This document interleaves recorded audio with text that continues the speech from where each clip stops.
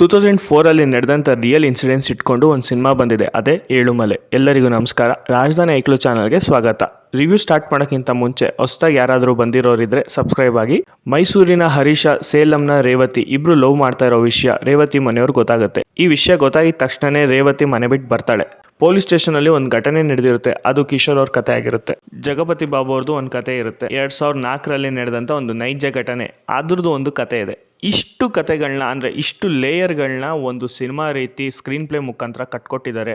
ಈ ಸಿನಿಮಾದ ಹೈಲೈಟ್ಸ್ ಏನಪ್ಪಾ ಅಂದ್ರೆ, ಕಂಪ್ಲೀಟ್ ಕತೆ ರಾತ್ರಿ ನಡೆಯೋದ್ರಿಂದ ಆ ಇಂಟೆನ್ಸ್ ಮತ್ತೆ ಆ ಥ್ರಿಲ್ಲಿಂಗ್ ಎಲಿಮೆಂಟ್ಸ್ ನ ಚೆನ್ನಾಗಿ ಬಿಲ್ಡ್ ಮಾಡ್ಕೊಟ್ಟಿದ್ದಾರೆ. ಪ್ರತಿ ಒಂದು ಪಾತ್ರಗಳು, ಫಾರ್ ಎಕ್ಸಾಂಪಲ್ ರಾಣಾ ಅವರಾಗಿರ್ಬೋದು, ಪ್ರಿಯಾಂಕಾ ಅವರಾಗಿರ್ಬೋದು, ಸ್ಪೆಷಲಿ ಪ್ರಿಯಾಂಕಾ ಅವರು ಮೊದಲನೇ ಸಿನಿಮಾ ಅಂತ ಎಲ್ಲೂ ಅನ್ಸಲ್ಲ, ಅಷ್ಟು ಚೆನ್ನಾಗಿ ಆಕ್ಟಿಂಗ್ ಮಾಡಿದ್ದಾರೆ. ಮತ್ತೆ ಇವ್ರಿಗೆ ಸಪೋರ್ಟಿವ್ ಆದಂತ ಜಗಪತಿ ಬಾಬು, ಕಿಶೋರ್ ಕುಮಾರ್, TS ನಾಗಾಭರಣ ಅವರು, ಜಗ್ಗಪ್ಪ, ಸರ್ದಾರ್ ಸತ್ಯ ಅವರು, ಇಷ್ಟು ಜನ ಕಲಾವಿದರು ಅವ್ರಿಗೆ ಕೊಟ್ಟಂತ ಪಾತ್ರಗಳು, ಆ ಪಾತ್ರಗಳಿಗೆ ಇದ್ದಂತ ಕ್ಯಾರೆಕ್ಟರ್ ಆರ್ಕ್, ಆ ಪಾತ್ರಗಳು ಏನೇನ್ ಮಾಡಬೇಕು ಅದನ್ನೆಲ್ಲ ತುಂಬಾ ಅಚ್ಚುಕಟ್ಟಾಗಿ ಮಾಡಿದ್ದಾರೆ. ಇದರಲ್ಲೇ ಗೊತ್ತಾಗುತ್ತೆ ರೈಟಿಂಗ್ ತುಂಬಾ ಸ್ಟ್ರಾಂಗ್ ಆಗಿ ಮಾಡಿದ್ರು ಡೈರೆಕ್ಟ್ರು ಅಂತ.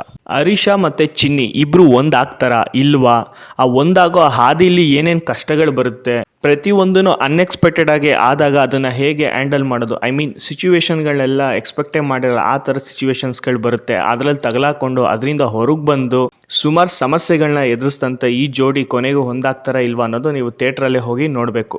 ಈ ಸಿನಿಮಾ ನೀವು ಸ್ಟಾರ್ಟಿಂಗಿಂದ 2 ಗಂಟೆ 13 ನಿಮಿಷ ನೋಡಬೇಕಾದ್ರೆ ಸಖತ್ತು ಮಜಾ ಕೊಡುತ್ತೆ.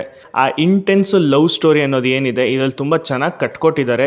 ಪ್ರೆಸೆಂಟ್ ಲವ್ ಸ್ಟೋರಿ ಮತ್ತು ಪ್ರೆಸೆಂಟಲ್ಲಿ ಲವ್ ಮಾಡೋರು ಈ ಸಿನಿಮಾ ನೋಡಿದ್ರೆ ಒಂಚೂರು ಅರ್ಥ ಮಾಡ್ಕೋತಾರೆ. ನಿಜವಾದ ಪ್ರೀತಿ ಏನು ಅಂತ ಈ ಸಿನಿಮಾದಲ್ಲಿ ನೋಡಿದ್ರೆ ಅವರು ಕೂಡ ಅರ್ಥ ಆಗುತ್ತೆ. ಅಂದಾಗ ಈ ಸಿನಿಮಾದ ಟೆಕ್ನಿಕಲ್ ವಿಚಾರಕ್ಕೆ ಬರಕ್ಕೆ ಹೋದರೆ, ನೇಟಿವಿಟಿಗೆ ತಕ್ಕನಂಗೆ ನಮ್ಮ ಮಣ್ಣಿನ ಕತೆಗಳು ಮತ್ತು ನಮ್ಮಲ್ಲೇ ನಡೆದಂಥ ಕೆಲವು ರಿಯಲ್ ಇನ್ಸಿಡೆಂಟ್ಸ್ನ ಇಟ್ಕೊಂಡು ಸಿನಿಮಾ ಮಾಡಿ ಜನರಿಗೆ ತಲುಪಿಸೋದ್ರಲ್ಲಿ ಅವರು ಕೂಡ ಒಬ್ಬರು. ಗುರು ಶಿಷ್ಯರು ಆದಮೇಲೆ ಅವ್ರ ಪ್ರೊಡಕ್ಷನಿಂದ ಬಂದಿರೋ ಸಿನಿಮಾ ಏಳುಮಲೆ. ಹೊಸ ಡೈರೆಕ್ಟರ್ಗೆ ಅವಕಾಶ ಕೊಟ್ಟು ಆಸ್ ಎ ಕ್ರಿಯೇಟಿವ್ ಹೆಡ್ ಆಗಿ ಬ್ಯಾಕ್ಗ್ರೌಂಡ್ ನಿಂತ್ಕೊಂಡು ಇಡೀ ಕೆಲಸ ಮಾಡಿಸಿದ್ದಾರೆ ಮತ್ತು ಇಡೀ ಕೆಲಸ ತಗೊಂಡಿದ್ದಾರೆ. ಬಹುತೇಕ ಸಿನಿಮಾ ರಾತ್ರಿ ನಡೆಯೋದ್ರಿಂದ ಆ ಸಿನಿಮಾದ ಲೈಟಿಂಗ್ ಮತ್ತು ಕ್ಯಾಮ್ರಾ ವರ್ಕ್ ತುಂಬ ಚೆನ್ನಾಗಿ ಬಂದಿದೆ.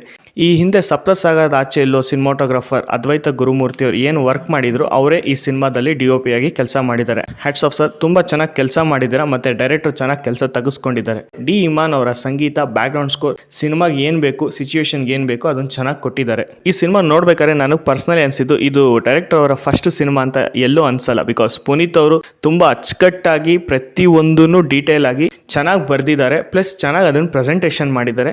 ಥಿಯೇಟ್ರಲ್ಲಿ ನಾನು ನೋಡ್ಬೇಕಾದ್ರೆ ಆಡಿಯನ್ಸ್ ಕೂಡ ಅದಕ್ಕೆ ತುಂಬ ಕನೆಕ್ಟ್ ಆಗಿದ್ರು. ಪ್ರತಿಯೊಂದು ಪಾತ್ರಕ್ಕೂ ಅವ್ರು ಬಂದಾಗ ಕೆಲವೊಂದು ಕಡೆ ನಗ್ತಾರೆ, ಕೆಲವೊಂದು ಕಡೆ ಅಳ್ತಾರೆ, ಕೆಲವೊಂದು ಕಡೆ ನೆಕ್ಸ್ಟ್ ಏನು ಕುತೂಹಲದಲ್ಲಿ ಇರ್ತಾರೆ.